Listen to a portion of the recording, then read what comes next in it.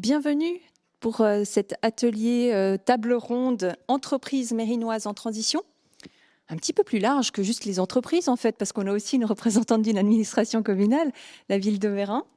Je vais vous présenter nos intervenants du jour et puis chacun aura une petite dizaine de minutes pour présenter son travail, son entreprise, la stratégie qu'ils et elles sont en train de mettre en place en termes de transition. Et puis ensuite, ce sera l'occasion de faire des liens entre toutes ces expériences, celles qui sont présentées sur cette scène, et puis celles que vous pourrez partager aussi, que vous pourrez interroger dans la salle. Alors, nous avons Maëva Koller, qui est chef de projet RSE, donc responsabilité sociétale des entreprises au groupe BDL5. C'est un groupe qui réunit des sociétés actives dans la sous-traitance horlogère et l'industrie du luxe. Et Maëva, vous êtes chargée d'élaborer et d'implémenter une stratégie de développement durable pour chacune des entreprises membres de ce groupe. Nous avons aussi Véronique Diebold, qui est responsable interne du système de gestion durable de la ville de Meyrin. Alors vous coordonnez la mise en œuvre de la politique interne du développement durable. Vous allez nous parler, par exemple, d'achat responsable, de politique d'achat responsable, de système de gestion des déchets, finalement tout ce qui occupe l'administration communale. Et puis Rodolphe Rhin, directeur général de l'hôpital de la Tour, un hôpital qui a reçu le label ESR, j'ai vu en 2019, c'est donc le label établissement de soins responsables, je crois que c'est le premier du canton de Genève, et vous êtes particulièrement soucieux de prodiguer des soins orientés vers les intérêts du patient. Vous allez nous parler de la valeur du patient, justement. Alors, je propose, Maëva, que vous commenciez, ensuite, Monsieur Rhin, vous pourrez poursuivre, et nous terminerons avec Madame Diebold. Bonjour à toutes et à tous, merci beaucoup pour l'introduction. Alors effectivement, je suis Maëva Koller, je suis chef de projet RSE dans les entreprises BDL5. Alors je ne vais pas revenir dessus parce que ça a été déjà mentionné, mais ces sociétés sont actives dans la sous-traitance horlogère du luxe et du haut de gamme. Chaque société a son propre cœur de métier, garde son indépendance managériale, mais il y a aussi des synergies qui sont à l'œuvre, notamment au niveau de la responsabilité sociétale des entreprises, où il y a une mutualisation des forces pour avoir une vision commune et avoir un travail transversal qui soit pertinent. Depuis quelques années, on assiste à un véritable éveil des consciences autour de tout ce qui est consommation de mode et notamment dans le secteur du luxe. Il y a des nouvelles exigences qui émanent des consommateurs, que ce soit au niveau... les consommateurs se questionnent sur la chaîne d'approvisionnement, sur l'origine des matières premières utilisées, le bien-être animal par exemple aussi. Et de manière générale, on voit que les consommateurs réclament une plus grande transparence et une meilleure traçabilité en fait, des produits qu'ils consomment. Compte tenu de la culture du secret qui caractérise l'industrie du luxe, les marques n'avaient pas tendance jusqu'à présent à partager de manière proactive les efforts qu'elles mettaient déjà en place au niveau de la durabilité. Mais on voit qu'il y a un changement du fait de ces nouvelles exigences.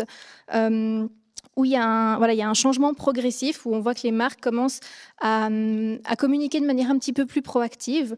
Et on sait que quand il y a des changements qui s'opèrent à un maillon de la chaîne de valeur, ça va avoir des répercussions sur l'ensemble. Et c'est pour ça qu'en fait, ça fait quelques années, 2 ans à peu près, qu'on assiste à vraiment une augmentation significative des demandes d'informations clients auprès des entreprises BDL5 pour avoir plus d'informations sur la traçabilité de la chaîne d'approvisionnement, la conformité chimique et le développement durable en général.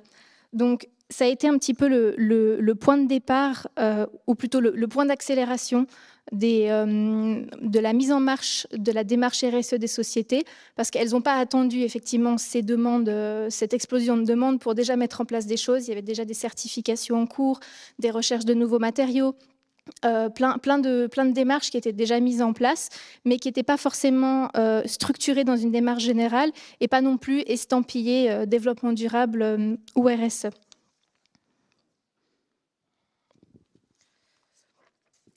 En 2021, les sociétés BDL5 ont formé une équipe RSE. Et mon rôle, en fait, ça a été de structurer cette, entre guillemets, nouvelle démarche pour mettre en place une stratégie RSE pour chacune des sociétés en fonction de ses besoins et de son activité, mais aussi d'avoir la vision transversale pour qu'elles aillent toutes à peu près dans la même direction. Donc là, vous pouvez voir les différentes étapes qui sont suivies dans cette démarche-là.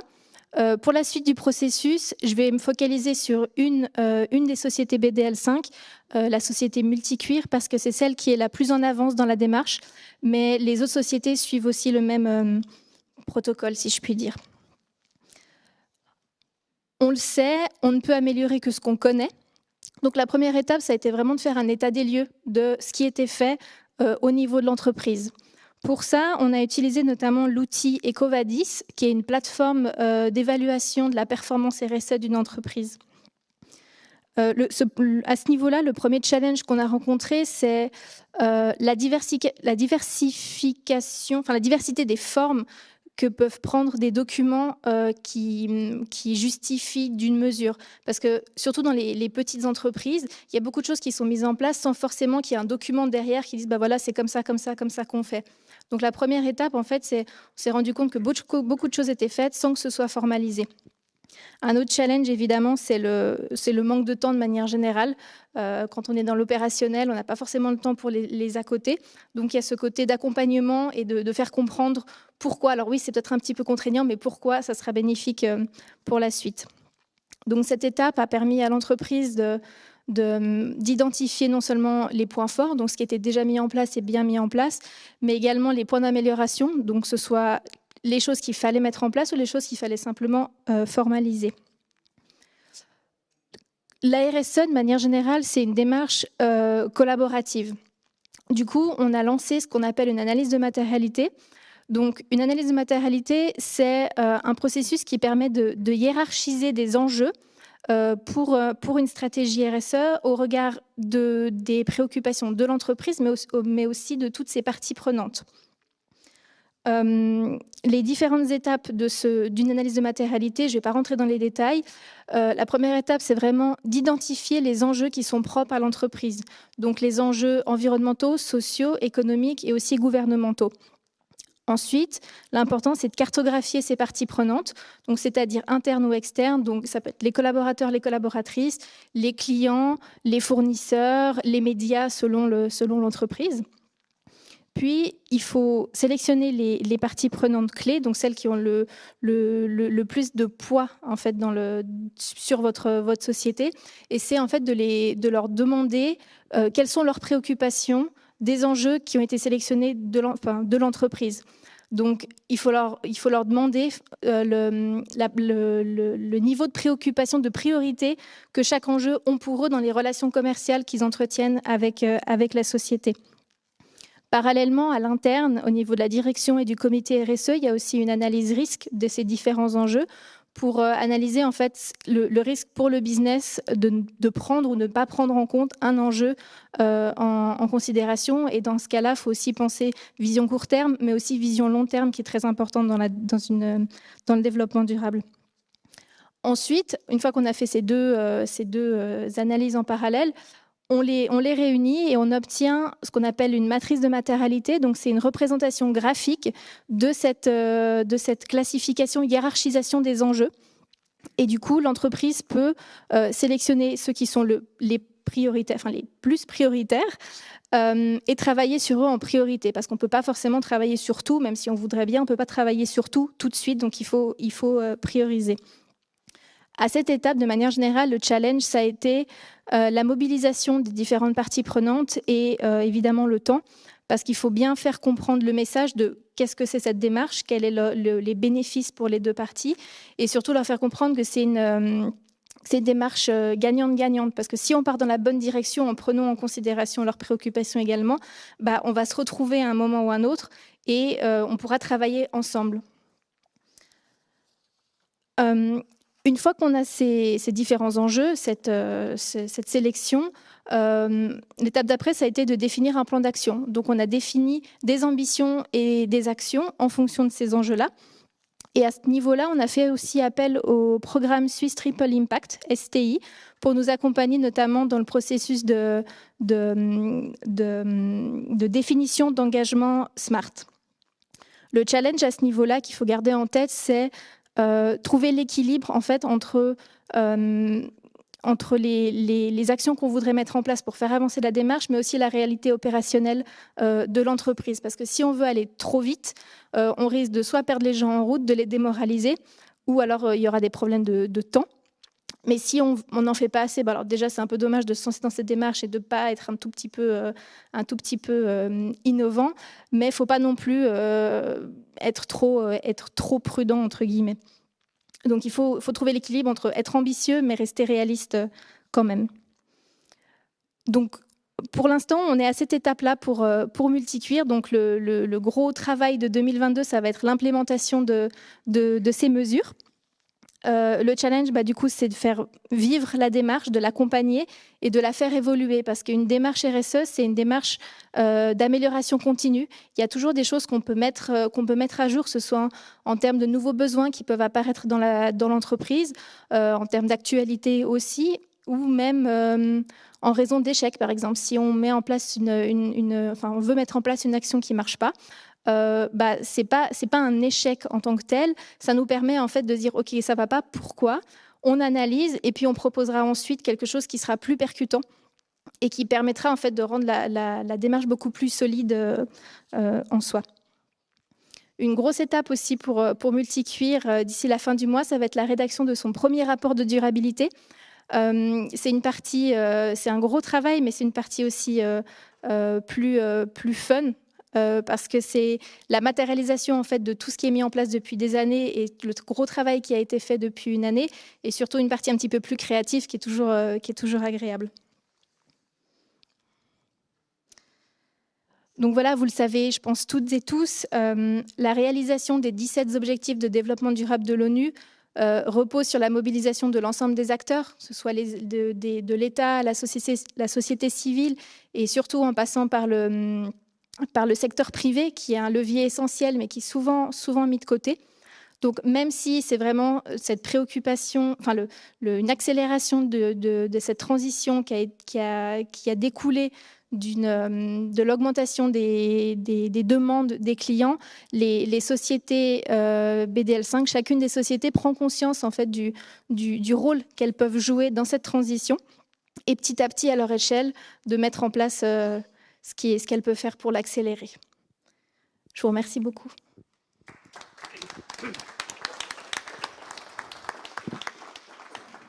Merci beaucoup Maëva Koller. Si vous êtes d'accord, je propose que vous gardiez vos questions pour la deuxième partie. On va enchaîner les présentations, sauf s'il y a une question de clarification, compréhension, quelque chose qui mérite d'être précisé.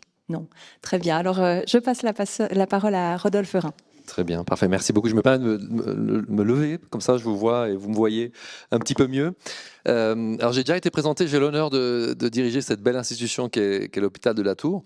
Alors j'ai passé toute ma carrière dans la santé, dans le monde plutôt multinational du pharma et du medtech. Puis un jour j'ai eu envie de me rapprocher du patient. Et donc, en 2015, j'ai rejoint un groupe de cliniques privées avant de prendre la direction justement de La Tour fin 2018. Alors la santé, on est toujours dans des considérations très locales parce que finalement, on a beaucoup de questions d'infrastructure, de politique de santé, de remboursement. Les assurances sont suisses ou les autorités de santé sont cantonales. Et on oublie un petit peu d'aller voir au-delà des frontières régionales les meilleures pratiques. Les bonnes idées n'ont pas de frontières.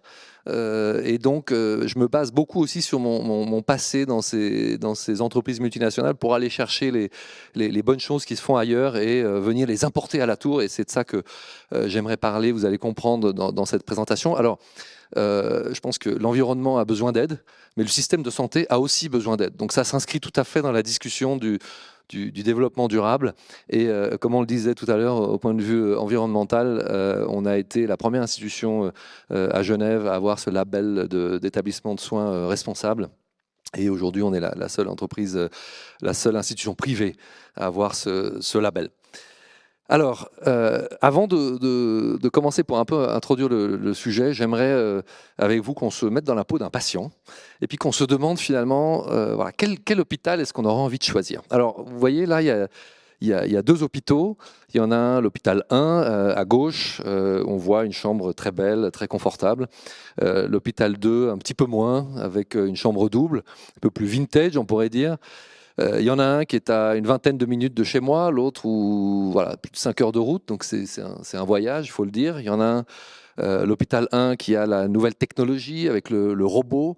Et puis dans le deuxième hôpital, vous avez un chirurgien avec beaucoup d'expérience qui a toujours travaillé avec des instruments un petit peu plus traditionnels. Maintenant, si on se met dans la peau d'un patient, un homme touché par un cancer de la prostate, la forme la plus répandue de cancer chez l'homme, et que en plus de ces informations, de ces belles photos et de ces informations de Google Maps, on a aussi de l'information qui aujourd'hui est peu disponible sur ce qu'on appelle les outcomes ou le résultat médical.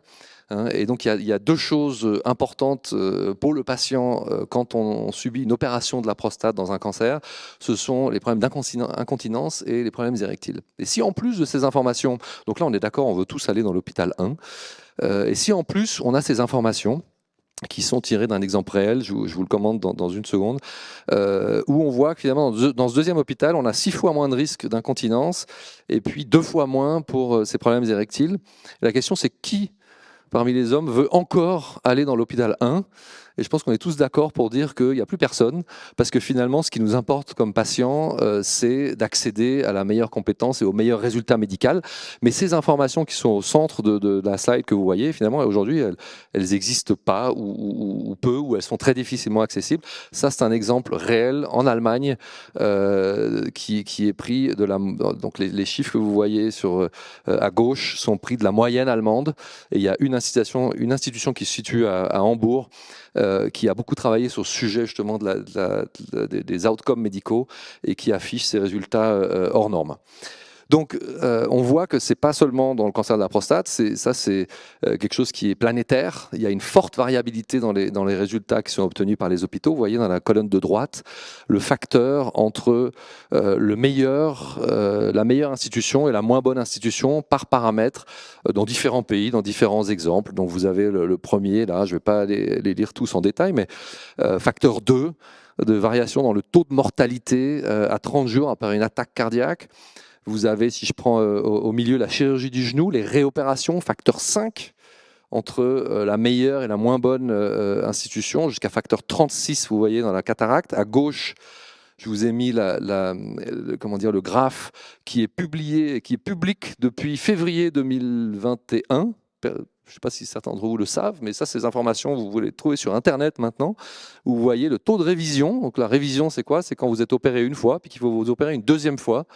Dans un certain laps de temps, parce que peut-être tout ne s'est pas bien passé la première fois. Et donc vous voyez sur ce graphe à gauche qu'il y a une forte variabilité. Alors il y a en plus sur l'axe horizontal le volume. Donc on voit que là où vous avez les taux de réintervention le plus élevés, finalement c'est des institutions aussi où il y a un petit peu moins de volume. Et vous voyez que le facteur, je ne sais pas s'il est de 36, mais en tout cas il est assez élevé entre la meilleure et la moins bonne des institutions. Donc finalement, ça nous amène à nous poser la question, c'est quoi l'objectif fondamental dans la santé? Alors, on l'a vu dans l'exemple des deux hôpitaux à choisir, finalement, le résultat médical, c'est ce qui nous intéresse. Si on avait cette information en tant que patient, c'est ça qu'on veut voir. Et qui plus est, qui importe aux patients? Je dis qui importe aux patients parce que finalement, si vous avez une chirurgie orthopédique et puis que le chirurgien est très, très satisfait que vous avez 18 degrés d'angle dans votre épaule pour bouger, mais que finalement vous avez très mal et que vous ne pouvez plus faire du golf alors que vous adoriez faire du golf avant, eh ben, vous ne serez pas très content. Peut-être que le chirurgien est content sur son indicateur clinique, mais vous, en tant que patient, sur l'indicateur qui impacte finalement votre qualité de vie, eh ben, vous ne serez pas si content que ça. Donc le résultat médical qui importe aux patients, et puis bien sûr les coûts. Et là on rentre dans le sujet de cette pérennité. On sait que les coûts de la santé sont un gros sujet. Les coûts de la production de ces résultats, c'est très important. Et puis finalement, comment on relie ces deux choses ensemble? Alors il y a un paramètre qu'on appelle la valeur en santé, et ce qui a donné lieu à cette stratégie qui s'appelle le Value-Based Healthcare. Maintenant que je vous ai mis l'image là de la première page d'un livre publié par Michael Porter, qui est un professeur de l'université de Harvard, qui a lancé ça il y a 15-20 ans. Et c'est quelque chose qui se développe dans le monde, j'y reviens dans une seconde. Donc vous voyez que le focus se déplace vraiment de la prestation ou de l'acte médical vers le résultat. Alors, dans toutes vos entreprises, ou dans le milieu où on travaille, dans tous les secteurs économiques, ça surprend de dire que finalement, on va se focaliser sur le résultat. Parce que finalement, dans tous les secteurs économiques, ce qui compte, c'est pas l'intention, c'est pas ce qu'on fait, c'est le résultat du consommateur final. Dans la santé, c'est le patient. Et on se focalise souvent sur l'acte, la prestation. Mais finalement, là, on voit que dans cette réflexion-là, on va beaucoup plus vers le résultat. Et puis cette valeur, finalement, ça réunit les intérêts de tous les acteurs. Et c'est ce qui assure la durabilité. Quand on parle de ce sujet maintenant avec les assurances deviennent très intéressées aussi par le sujet. Parce que finalement, on parle aussi de coûts et d'efficience dans les parcours de soins au bénéfice du patient. Donc ce Value-Based Healthcare, ça se diffuse très rapidement dans le monde, paradoxalement pas aussi vite en Suisse, quoiqu'il y a quelques initiatives récentes qui sont assez prometteuses.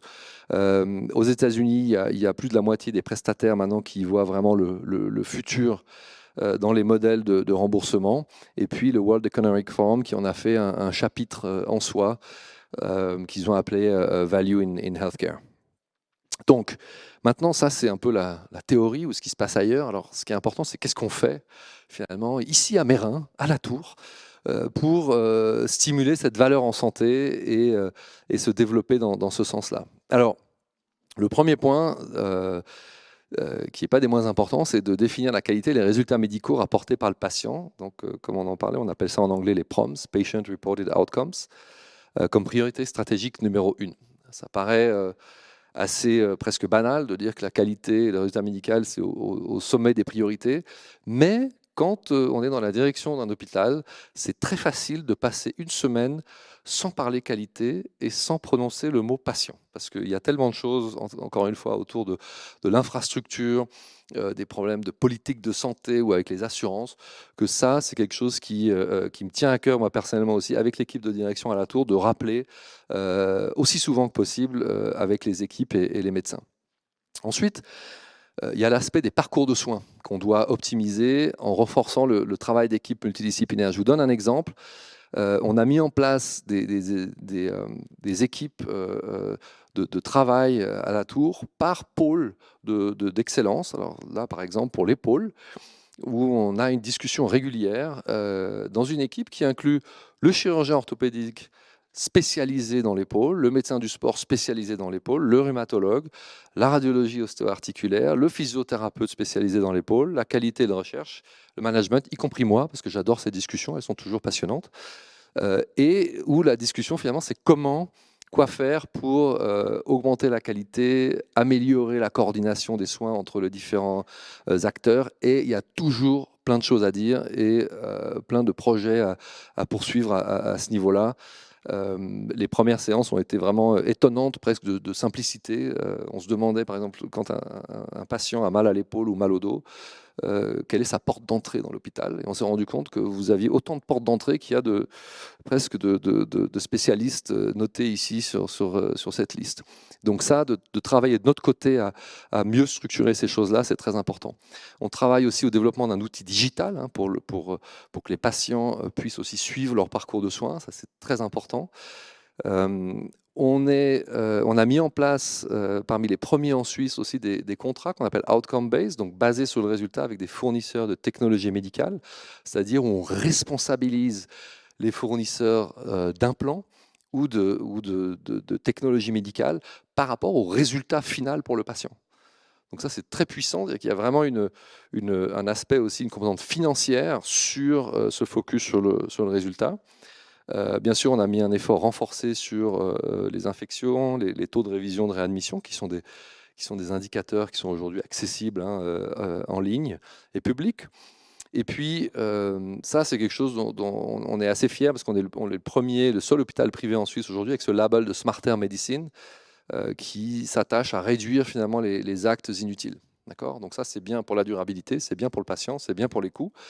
il y a un certain nombre d'actes ou de prescriptions pharmaceutiques qui ne sont pas forcément utiles ou indispensables dans le traitement d'un patient, et d'identifier ces choses-là et d'avoir une réflexion explicite entre médecins avec la direction de dire voilà, ça c'est des choses qu'on veut éviter de faire parce qu'on sait que l'impact n'est pas forcément prouvé.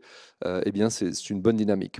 Et puis on a mis en place ce partenariat aussi innovant, non seulement avec les fournisseurs, mais avec une assurance, le groupe mutuel. Comme je le disais, les assurances deviennent très sensibles aussi à ce sujet pour mettre finalement des modèles de remboursement en place qui sont basés sur le résultat. Ça veut dire quoi? Ça veut dire que si le patient est très content, retrouve sa mobilité, n'a plus mal, eh bien que là, il y a un impact sur le remboursement par rapport à si ces résultats ne sont pas atteints. Et ça, c'est très innovant en Suisse et même à l'échelle européenne. Donc cette stratégie, effectivement, nous a valu un peu d'attention aussi à l'international. On a cette conférence ICHOM là, qui a lieu tous les ans, l'ICHOM étant l'institut un petit peu garant et qui développe des outils aussi pour mettre en place ce value-based healthcare. On était le seul intervenant suisse l'année dernière avec 600 participants de 56 pays, cliniciens, non cliniciens. On a pu aussi aller faire figure d'exemple aussi et aller parler de cette stratégie et de comment on la mettait en place aussi à cette commission fédérale pour la qualité qui a été créée il n'y a pas si longtemps. Et puis ça, c'était, je ne pouvais pas m'empêcher de le mentionner aussi, on a été nominé comme l'un des World's Best Hospitals par cette enquête que fait Newsweek tous les ans et qui est apparue il y a juste quelques semaines maintenant. Voilà.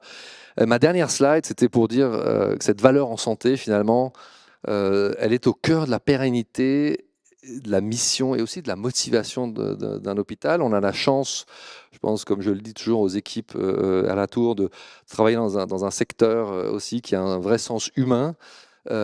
Mais finalement, cette valeur en santé, cette stratégie axée sur la qualité, sur le value-based healthcare, a aussi le pouvoir d'engager et de motiver les équipes beaucoup plus fort. Je vous laisse lire les quelques citations là, que j'ai reprises de personnes qui connaissent bien le sujet. Donc il y a un aspect de retour aux valeurs fondamentales et finalement de réaligner cette stratégie. C'est un vrai changement culturel aussi et de reconnexion avec finalement l'aspiration humaniste des personnes qui ont en général vraiment choisi de venir travailler dans la santé, pas par hasard, mais parce qu'elles voulaient s'occuper des patients.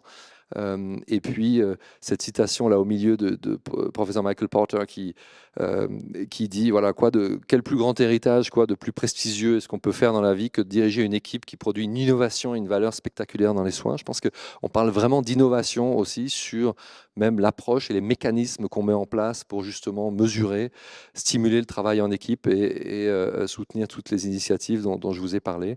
Et puis il y a le plaisir de travailler.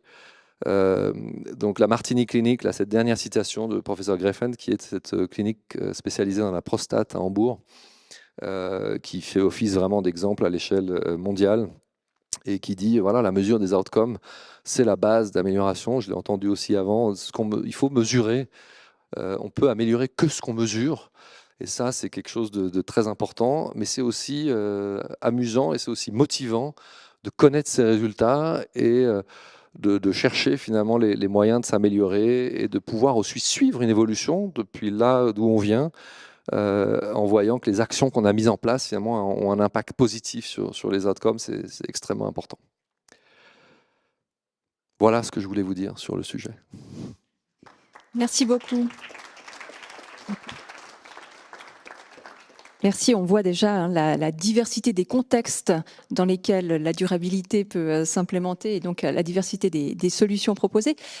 S'il n'y a pas de questions de compréhension, je propose qu'on passe à la présentation de Véronique Diebold, autre contexte encore pour la ville de Meyrin. Merci.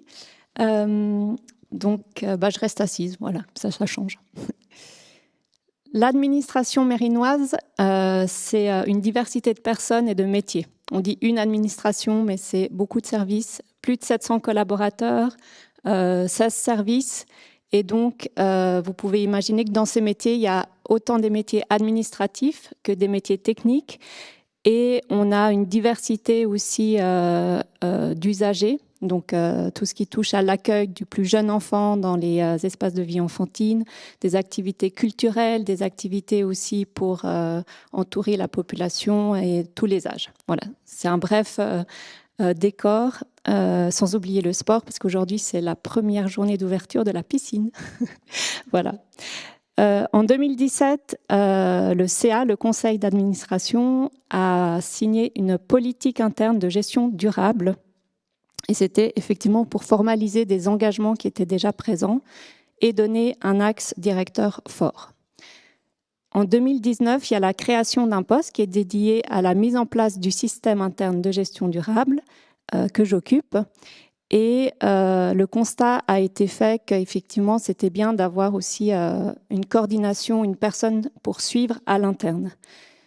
Les jalons de ces valeurs, en fait, sur le développement durable, ils sont là depuis bien longtemps. En 2006, il y avait déjà le premier audit Cité de l'énergie. Donc, c'est vraiment la continuité des démarches existantes. Donc, qu'est-ce que fait une commune? On délivre des prestations publiques. Alors, j'ai mis verte pour reprendre un peu la notion d'économie verte. Et effectivement, on a un ancrage quand même très local. On est une administration communale, mais on a un lien avec le territoire et aussi au-delà de Meyrin. La question de base de ce système, c'est comment est-ce qu'on peut délivrer des prestations publiques en atténuant les impacts négatifs et en renforçant les effets positifs sur deux temporalités, le présent et le futur. Parce que, inévitablement, pour délivrer ces prestations, les services consomment des ressources. C'est pas possible de vivre, voilà. Pour vivre, il faut consommer des ressources, que ce soit pour l'aménagement du territoire, la construction, les achats, etc. Et certaines activités créent des déchets, des pollutions, ont un impact sur le climat. Et vous voyez les flèches, elles partent soit du monde entier, soit du territoire vraiment de Meyrin. Et nos effets sont soit très locaux, par exemple la qualité de l'air. La flotte de nos véhicules va avoir un impact sur la qualité de l'air positif avec nos véhicules électriques, négatif avec des moteurs thermiques. Et au niveau de l'impact, tout ce qui est moteur thermique, l'impact climatique, il est global. Il ne va pas être que à Meyrin. Donc ça, c'est le constat, c'est inévitable en fait. Par contre, on a aussi énormément d'effets positifs qui sont vraiment liés directement à la prestation, qui sont des projets portés par les services. Voilà. Donc ça, partant de ce constat, en fait, c'est vraiment la volonté politique de dire il faut maintenant un peu organiser pour aller vers une gestion durable interne. Donc, je reprends effectivement, on avait notre système interne de gestion durable qui englobe un peu les différentes thématiques et puis initiatives de gestion durable à l'interne qui sont basées sur des mesures techniques et aussi des mesures comportementales. C'est un peu l'approche et la stratégie. Donc ça, c'est quelque chose qui se met en place progressivement et ça rejoint vraiment ce que Madame Koller nous disait avec une première étape d'analyse, puis de travailler avec les services pour voir les différentes initiatives à mettre en place, etc.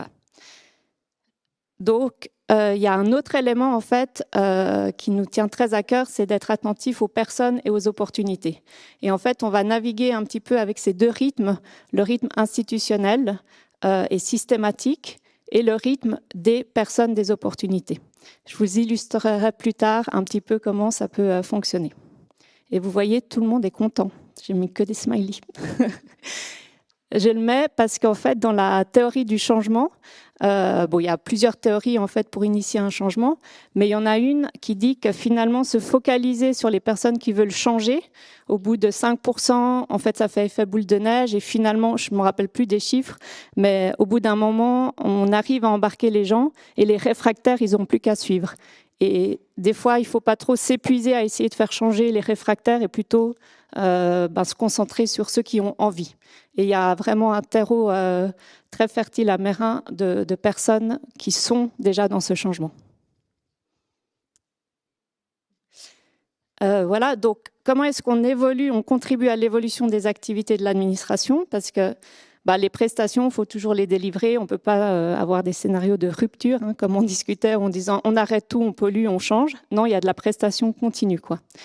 Donc on a une approche par domaine d'action, qui sont les 4 domaines cités dans la politique interne de gestion durable: les achats responsables, la gestion des déchets, la mobilité, l'énergie.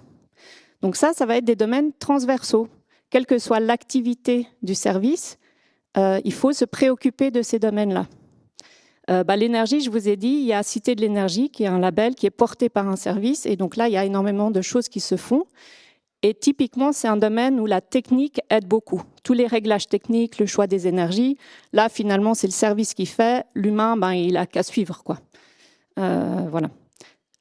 La mobilité, c'est un domaine où ça combine un peu les deux. On a un plan de mobilité, on a des primes pour encourager à la mobilité douce. On a des tarifs pour ceux qui viennent en voiture individuelle. Mais maintenant, il y a beaucoup de comportements aussi qui est là-dedans. Et donc, par exemple, on met en place Bike to Work. Là, il y en a peut-être qui participent à ça actuellement. C'est une mesure, un concours national pour essayer d'embarquer ceux qui ne font pas encore de vélo avec ceux qui font du vélo, et puis essayer de pérenniser le changement après pour toute l'année, quoi.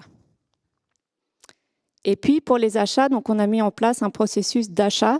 J'ai quand même mis responsable, mais on parle d'achat tout court parce que c'est une stratégie d'intégration. On ne va pas faire des achats, puis de l'autre côté, faire un peu de durabilité. On fait des achats durables si possible. Donc, au niveau de la mise en œuvre, on a un petit peu ces différentes étapes, on va dire. Les principes d'achat responsable ont été validés par le conseil administratif. Ça, c'est un point très important parce qu'on a besoin de ce portage politique. Ça faisait déjà partie d'un domaine de la politique en 2017. On les a revus en 2020 en mettant notamment l'accent sur le climat pour faire suite à la déclaration d'urgence climatique. Et donc ça, c'est un portage qui est important. Ensuite, on a les critères de durabilité. Donc ça, ces critères-là, au niveau de la stratégie, en fait, je les ai travaillés un peu en amont. Puis, on est allé voir les différents services concernés pour voir si ça leur parlait, si c'était réaliste, si c'était pas trop ambitieux ou contrairement pas assez ambitieux. Donc là, on s'est mis d'accord. Et après, on est remonté au niveau des responsables de service pour dire là, c'est bon. À la fois, les collaborateurs concernés sont d'accord. Ça semble être OK pour le marché. Et puis ensuite, il y a encore eu une validation par le CA.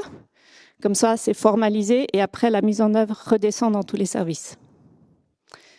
Les sessions d'information, ça a eu lieu après pour dire OK, maintenant on vous informe de tous ces critères d'achat. Donc ça, c'est une partie un peu plus normative, technique, en disant voilà, si j'achète du papier, qu'est-ce que je dois prendre comme type de papier, prestation traiteur, mobilier, construction, ça on n'a pas fait, mais il y a d'autres normes qui sont en appui. Et puis, on commence des informations, discussions avec les fournisseurs, ça c'est aussi important.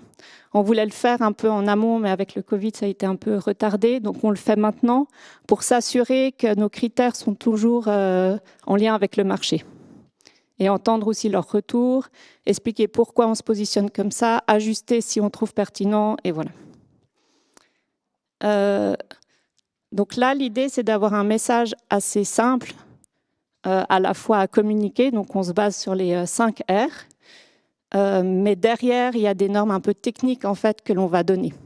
Mais c'est vrai que une première action pour sensibiliser aussi tous les services, c'était de dire voilà, on consomme plein de stylos qu'on jette en fait à chaque fois. Maintenant, on va revoir l'économat.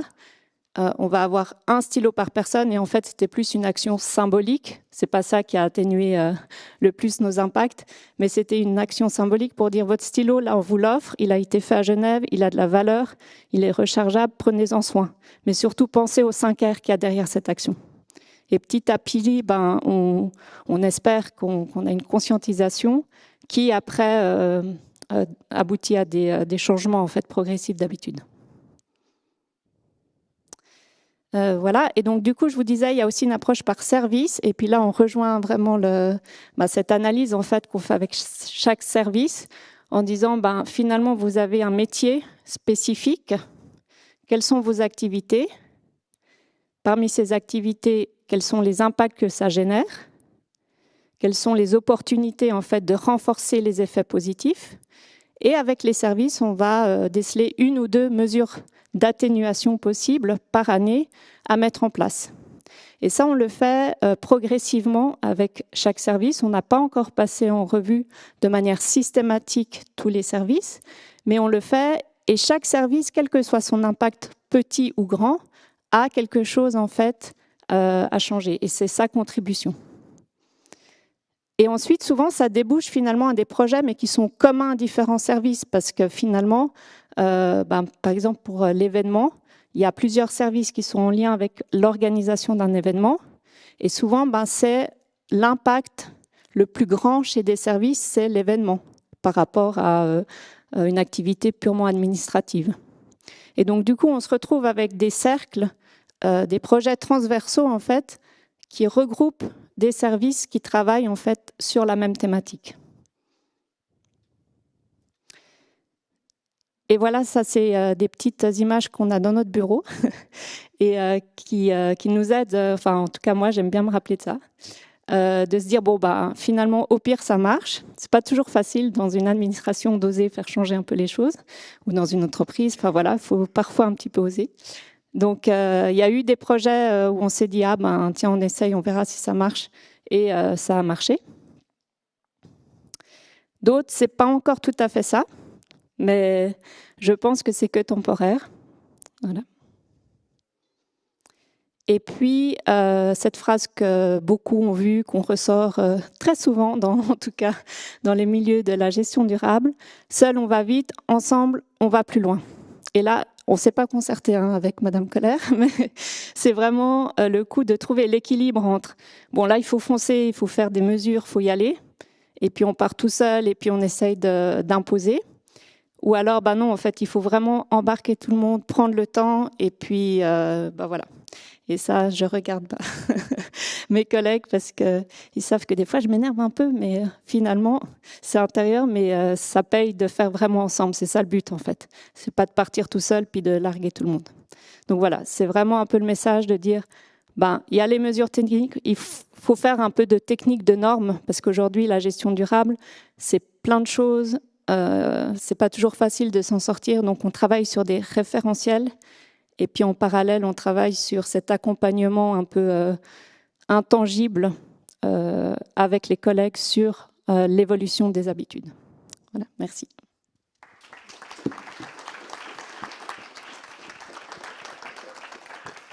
Merci beaucoup à tous les trois. Je vous rejoins pour cette partie échange questions. Pendant que vous préparez vos questions, peut-être déjà une première interrogation à tous les trois. Vous venez d'en parler. On va plus vite tout seul, mais ensemble, on va plus loin. J'ai envie de vous demander à tous les trois, comment est-ce que vous faites pour embarquer vos équipes, vos clients, vos mandants, vos patients, vos administrés, dans la mesure où on le sait à quel point il y a urgence aujourd'hui et en même temps, comme vous l'avez dit, on ne va pas pouvoir convaincre les personnes qui sont totalement réfractaires. Alors, quelles sont vos stratégies aux uns et aux autres pour tenter d'aller ensemble plus loin ? Vous voulez commencer à répondre, Madame Diebold, peut-être ? J'allais dire les bonbons, mais en fait, on n'en a même pas. Ça me donne une idée. Les bonbons durables, d'accord. Les bonbons durables dans le bureau. La stratégie, c'est vraiment d'avoir ces deux temporalités, je trouve. C'est pas une stratégie écrite et tout, mais d'être vraiment attentif aux volontés, donner l'occasion aux personnes qui veulent changer d'être accompagnées et valoriser ce qu'elles font. Un exemple, là, je vous ai montré la systématique. On va analyser les impacts. Ça va sur des mesures. Parfois, il y a eu un changement de personnes au pôle exposition du service de la culture. Il y avait déjà énormément de choses qui se faisaient au niveau de la gestion durable, mais cette personne est arrivée et a dit « Moi, j'aimerais un référentiel gestion durable ». Donc, c'était pas dans le planning prévu, mais du coup, c'était génial parce que c'est la personne qui est venue et ensemble, avec l'équipe, on a travaillé sur mettre par écrit tout ce qui se fait. Et ça, c'est beaucoup des personnes qui ont énormément de projets, d'initiatives personnelles Et on travaille petit à petit à formaliser ça pour valoriser d'une part leurs connaissances, leurs compétences qu'elles mettent en place et que ce soit pérenne. Et c'est ça, ce système interne de gestion durable, c'est que ce ne soit pas lié à des personnes, mais à l'administration et que quand les personnes évoluent dans des carrières différentes, ce qu'elles ont apporté reste. Donc ça, c'est un élément en tout cas. Et ça veut dire aussi que les Mérinois et les Mérinoises qui ont de bonnes idées peuvent venir vous en parler comme ça directement ou... Oui, alors ça, effectivement, j'ai oublié de le dire au début. D'ailleurs, voilà pourquoi je prends des notes, mais j'ai oublié de les lire. C'est que ça, c'est possible. Là, ce que j'ai raconté, c'est lié à ma fonction et c'est par l'interne que l'on va vers l'externe. Après, effectivement, c'est les services qui sont plus en lien avec les usagers qui peuvent le faire. Il y a une association Mérin Durable qui porte aussi toutes les actions. Et oui, après, c'est possible, mais on n'a pas de pôle formalisé boîte à idées telle quelle. Par contre, les idées qui remontent par les services, c'est aussi valorisé, quoi. Maëva Koller et Rodolphe Rhin, peut-être. Est-ce que vous identifiez des freins au changement et comment vous faites pour les dépasser ? Alors nous, comme on est au début de cette démarche, on a mixé en fait le côté bas, enfin le retour le partage communication bas haut au bas, donc dans le sens direction salarié direction. À la base, le comité, c'est les différents directeurs de chaque société qui se sont mis ensemble pour avoir justement cette vision commune. L'idée, en fait, dans ce processus, c'est de pouvoir, avant d'embarquer les collaborateurs et les collaboratrices en leur disant il faudrait que vous fassiez ça, ça, ça pour améliorer l'idée, il faut d'abord leur montrer que l'entreprise est motivée et va mettre des moyens pour accompagner ça. Donc, là, il y a tout ce travail un petit peu de fourmi qui prend beaucoup de temps et qu'on ne voit pas forcément, puis c'est un peu abstrait aussi. L'étape d'après, ça va être... alors, pendant ce processus, comme je l'ai dit tout à l'heure, on a consulté les parties prenantes, notamment les collaborateurs, collaboratrices, sur ces différents enjeux. On a aussi eu beaucoup de retours de commentaires. Il y avait des sections commentaires où ils pouvaient donner leurs suggestions. Donc déjà, pour ça, on a eu beaucoup d'informations qu'on a pris en considération aussi dans la mise en place du plan d'action. L'étape d'après, ça va être de leur faire un réel retour sur un peu ce que je vous ai expliqué aujourd'hui, comment on en est arrivé là, qu'est-ce qu'on fait aujourd'hui, quelle a été leur implication, pourquoi on les a consultés et quelle va être la suite des étapes, donc autant ce que l'entreprise peut faire que ce qu'eux peuvent faire. Et on va mettre différentes actions en place comme les boîtes à idées, des réunions régulières pour pouvoir avoir ces espaces de parole et différentes actions qui seront mises en place. Rodolphe Rhin, à vous entendre, cette nouvelle approche que vous nous avez décrite, elle est plutôt, elle motive plutôt les équipes, hein, c'est juste ? Oui, alors c'est juste, je pense qu'en termes de stratégie, c'est motivant pour les équipes. Par contre, c'est vrai que le monde de la santé, en particulier chez les médecins, c'est pas toujours évident d'embarquer dans le changement. Et donc, moi, il y a une chose à laquelle je crois énormément et qui est, je pense, très importante, c'est dans tout changement comme ça, il faut identifier les ambassadeurs. Parce qu'en fait, il faut un petit groupe qui va ensuite un petit peu contaminer de manière positive les autres et créer une certaine émulation. Alors toute la question, c'est comment est-ce qu'on identifie et comment est-ce qu'on crée des ambassadeurs. Et là, moi, quand je suis arrivé à la Tour, donc j'ai rencontré chaque médecin individuellement. Je pense que c'est des discussions qui doivent se faire entre quatre yeux, comme on dit. Je pense qu'il faut pas beaucoup plus de monde pour se connaître et puis pour identifier quelles sont les motivations finalement personnelles de chaque personne pour essayer de trouver des axes qui vont finalement aller renforcer et résonner avec ses motivations personnelles. Ça, c'est très important. Et puis après, il y a d'autres choses.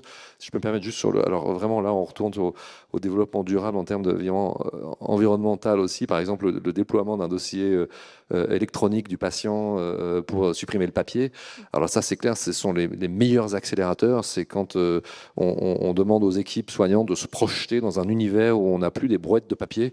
Et là, je pense que tout le monde, en général, se réjouit. Et ça, c'est des bons moteurs au changement quand on arrive à aider les gens à se projeter dans un avenir meilleur avec des outils nouveaux. Très bien. Je vois déjà plusieurs mains se lever. Il y avait monsieur. Alors, on va peut-être commencer là. Ensuite, monsieur, là-bas, au fond. Oui, c'est Olivier Narret, je m'appelle. C'est par rapport à ce que disait Madame en premier, en fait. par rapport à la RSE et les démarches que vous avez décrites, moi je pense qu'on revient un peu historiquement. Souvent le défi, c'est que les RSE, mais comme d'autres fonctions dans l'entreprise, que ce soit les relations publiques ou les affaires publiques, sont un peu isolées aussi du C-level, en fait, du top, du CEO, du PDG, etc. Et souvent, c'est du travail qui est fait en isolement, avec des experts, parfois les meilleurs du monde, même épaulés par des consultants, des rapports de 200 pages, avec une narration hyper détaillée. Et ensuite, le défi, c'est comment vous liez ça à des indicateurs financiers. En fait, dans un monde idéal, vous aurez votre CFO qui dirait qu'il faut faire la RSE parce que c'est financièrement intéressant. Donc, je ne sais pas comment vous voyez ça dans votre expérience, si ce défi, il est où, dans quel genre d'entreprise, dans quelle organisation. On ne parle pas forcément des 5 meilleurs du monde, évidemment, hein, donc il y a des premiers de classe partout, mais je pense que dans la grande majorité, c'est encore un problème. Je vous remercie pour la question. Alors effectivement, dans un monde idéal, mon job n'existerait pas parce qu'on n'aurait pas besoin d'avoir quelqu'un qui s'occupe de ça pour embarquer tout le monde et chacun spontanément dans son cœur de métier mettrait en place ces différents actions, prendrait les différents pôles en considération. J'ai la chance, dans les entreprises dans lesquelles je travaille, d'avoir un accès direct à la direction, autant qu'à mes autres collaborateurs, collaboratrices. Donc j'ai un peu ce côté, je fais un peu le lien, même si aussi toutes les directions sont aussi très proches et des petites entreprises. Donc les salariés croisent les directeurs tous les jours, peuvent discuter avec eux. Mais j'ai quand même ce rôle privilégié en fait de lien, où j'entends ce que dans le comité, ce que la réalité aussi de la direction et de la gestion d'un business, et je vois aussi en partageant le quotidien des collaborateurs, collaboratrices, les petits, ce qui se passe bien, ce qui pourrait être un petit peu amélioré, puis la réalité un petit peu du terrain, et j'ai la chance en fait de pouvoir justement faire ce lien et de remonter dans les deux sens pour pouvoir ensuite construire quelque chose qui fait sens en fait pour les deux côtés. Être proche du terrain. Monsieur avait levé la main. Voilà, et on va vous amener un micro, monsieur. Merci. Merci beaucoup pour les exposés. J'ai une question concernant l'hôpital de La Tour. Dans cette situation actuelle, c'est important pour les centres médicaux d'avoir contact ou établir réseau avec les autres centres médicaux dans le monde. Est-ce que l'hôpital La Tour avait tel réseau ou tel contact pour échange, pour leur recherche, etc. Merci beaucoup.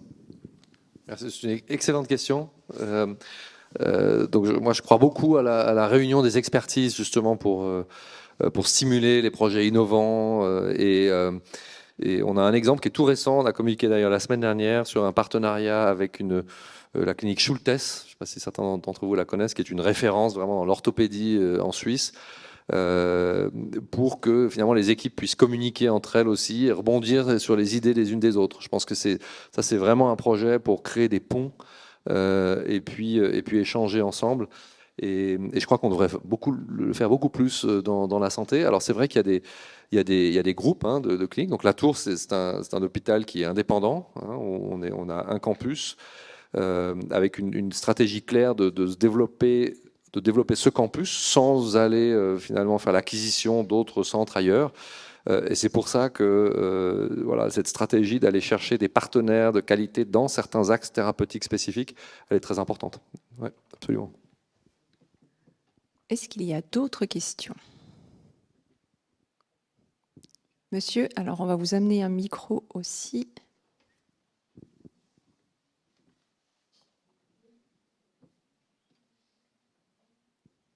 Vous avez droit à des lingettes aussi, j'ai l'impression. Si jamais... Oui, bon, c'est bon, merci. Oui, bonjour, Benoît Fanin, je suis entrepreneur sur Mérin. Je vous remercie déjà pour ces exposés, très intéressants. J'avais une question aussi pour l'hôpital de La Tour. Quand vous parlez de contrat outcome-based, j'aime beaucoup l'idée. Vous mettriez en exemple les contrats par rapport aux technologies, j'imagine les machines. Est-ce que c'est quelque chose que vous reproduisez, peut-être pas dans tous les contrats, mais est-ce que vous voyez ça aussi au niveau au niveau des différents partenaires finalement que vous choisissez pour travailler au niveau des différentes tâches à faire dans l'hôpital? Alors, c'est vrai qu'aujourd'hui, donc si je comprends bien la question, c'est est-ce qu'on applique cette logique en dehors du médical, par exemple, sur des projets de construction, ou c'est ça? Exactement. Ouais, par exemple. Donc, pas vraiment activement, parce qu'on se focalise sur cette stratégie autour de la santé. Donc là, ces contrats outcome-based qu'on a mis en place, c'est vraiment, typiquement, là, c'est un exemple, deux exemples en cardiologie. Spécifiquement. Mais je pense que finalement, dans les secteurs qui ne concernent pas le médical, par exemple la construction, je crois que c'est un secteur qui est habitué à considérer le résultat dans le paiement. Enfin, si le résultat n'est pas là, finalement, il y a peut-être la dernière facture qui va mettre un peu plus de temps à arriver jusqu'à ce que certains aspects soient réglés, que le projet soit terminé. Donc on voit, je pense, l'innovation, elle est d'amener ça vers le médical, mais je pense que la plupart des autres secteurs économiques avec lesquels on travaille aussi, parce que dans un hôpital, il y a beaucoup de secteurs avec lesquels on est en contact, c'est une logique qui s'applique déjà de manière assez régulière. Merci. Mais dans cette logique d'économicité finalement qui est aussi celle de la Value Health Shared Care, c'est quelque chose que vous appliquez aussi en termes d'énergie, dans tous les autres secteurs de votre hôpital, il y a aussi ce souci-là d'économicité qui veut aussi dire du coup durabilité. Oui, alors ça, je pense que les hôpitaux ont une grande part de travail à faire aussi sur l'économicité. D'ailleurs, parce que toutes ces charges finalement hospitalières viennent impacter nos coûts. Donc c'est très important. Donc il y a une motivation évidemment de durabilité, mais aussi une motivation financière à ce que finalement on ait moins de papier, on soit plus efficace. Et en général, d'ailleurs, ça s'accompagne d'amélioration de qualité, parce que quand on a un dossier patient qui est entièrement électronique, où les différents spécialistes qui travaillent autour du patient peuvent consulter de manière facile, eh bien ça augmente la qualité, ça réduit les coûts, donc finalement tout le monde est content. Donc c'est absolument quelque chose qui est très transversal comme stratégie. Ouais. On entend que vous êtes un avocat du dossier électronique du patient. Tout à fait. Est-ce qu'il y a encore d'autres questions, madame? Oui, bonjour, Yolène Vuillon. C'était aussi une question au sujet de l'hôpital, même si j'ai trouvé les autres interventions très intéressantes. Je voulais savoir, vous parlez beaucoup du patient, je voulais savoir comment concrètement vous faisiez en sorte de recueillir sa parole, vraiment. Deuxièmement, qu'est-ce que vous entendiez par santé? Troisièmement, est-ce que vous aviez un souci de mesurer le coût environnemental du numérique, notamment à travers le dossier électronique? Merci. Alors, sur le premier, comment est-ce qu'on fait pour récolter la voix et le retour de nos patients? Donc là, on a, ça c'est quelque chose qu'on a fait dans les 6 à 12 derniers mois. Avant, on avait un formulaire papier avec un taux de retour dans les hospitalisations qui était autour de 10-15%. Donc pas terrible. Et puis on a digitalisé ce formulaire qu'on envoie maintenant par mail. Donc ça aussi, c'est bien pour la planète. Et ça, en plus, bien pour le feedback, puisqu'on est passé de 10-15% à un taux de 70% de retour. Donc on demande à tous les patients qui passent par une hospitalisation à la Tour qu'est-ce qu'ils ont pensé de leur séjour. Et on commence aussi sur les aspects d'outcomes médicaux. Ça, c'est très important parce que justement, on a envie de savoir si les patients se sont bien sentis chez nous, s'ils ont rencontré l'empathie qu'on peut attendre aussi des soignants, etc. C'est très important. Mais on veut aussi savoir comment ils vont et comment ça se passe après leur hospitalisation. Donc ça, c'est digital et ça fonctionne très bien. Après, alors, qu'est-ce que j'entends par santé? C'est ça la question? Alors, c'est une grande question.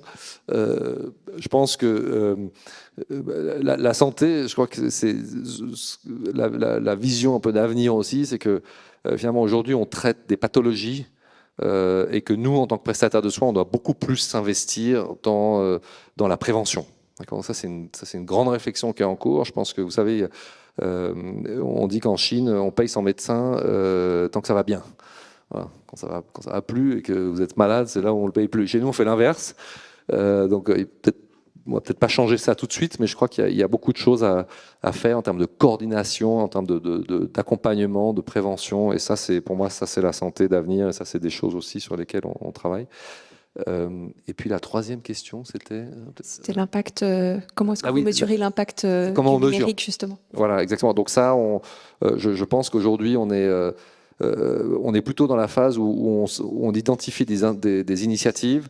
On sait qu'elles vont avoir un impact. On sait celles qui vont avoir un gros impact, celles qui vont avoir un impact moyen ou petit. On priorise les grosses et on mesurera quand on aura finalement mis en place toutes ces initiatives avec les meilleurs fruits qu'on peut attendre. Mais je dirais en termes de mesure, on n'est peut-être pas là où on sera demain parce qu'il y a des choses évidentes à faire qu'il faut faire même avant de pouvoir mesurer en détail. Ouais. Sachant que 80% de l'impact du numérique, je crois, réside dans nos équipements et non pas dans l'usage que l'on en fait. Il y a peut-être ça aussi à avoir en tête. Est-ce qu'il y a encore une question? Je regarde. Excusez-moi, je suis là avec mon téléphone, mais c'est parce qu'il me sert de montre. Honte à moi. Nous avons encore 2 minutes. Est-ce qu'il y a encore une question dans le public? Sinon, je me tourne aussi vers le chat. Est-ce qu'il y a eu quelque chose, une question qui a surgi d'Internet? Alors malheureusement, nos internautes sont très très très timides, donc je suis le seul à faire du bruit sur le chat, mais je les encourage à s'exprimer. Merci. Voilà, donc amis du chat, exprimez-vous. Non, mais Véronique Dibol nous disait que la piscine avait ouvert aujourd'hui, donc forcément... Il y a un Wi-Fi public, nous vous encourageons à nous faire part de vos questions depuis la piscine. S'il n'y a pas d'autres questions, je vous invite à rejoindre les stands sur lesquels vous allez pouvoir goûter des bons produits locaux. J'ai pas toute la liste, Denis, peut-être pourra m'aider, mais je crois qu'il y a du chocolat local, il y a du Kofola, je sais pas exactement ce que c'est. Vous allez pouvoir goûter du Kofola, qui est en fait du café conché, qui enrobe des petits biscuits croquants. Ça a l'air pas mal. C'est pas mal du tout. Vous pourrez goûter des cafés mérinois, des grands crus d'Éthiopie ou des cafés de la maison Trottet. Vous pourrez goûter un thé froid issu de la médecine chinoise, justement, au goût safrané pour vous rafraîchir, vu qu'il fait 28 degrés dehors. Ce sera l'occasion de mettre la climatisation à l'intérieur. Vous aurez également la possibilité de goûter des plateaux de fruits qui ont été mis à disposition par l'hôtel, ainsi que des cakes qui ont été confectionnés par le Fournil Roman. Magnifique. Voilà. On ne vous retient pas plus longtemps. Bonne pause. Et puis on se retrouve pour certains d'entre vous qui veulent suivre la conférence d'Emmanuel Druon ici. Sinon, je vous invite à vous répartir dans les salles des différents ateliers. Régalez-vous. Nous nous retrouvons dans 30 minutes. Merci.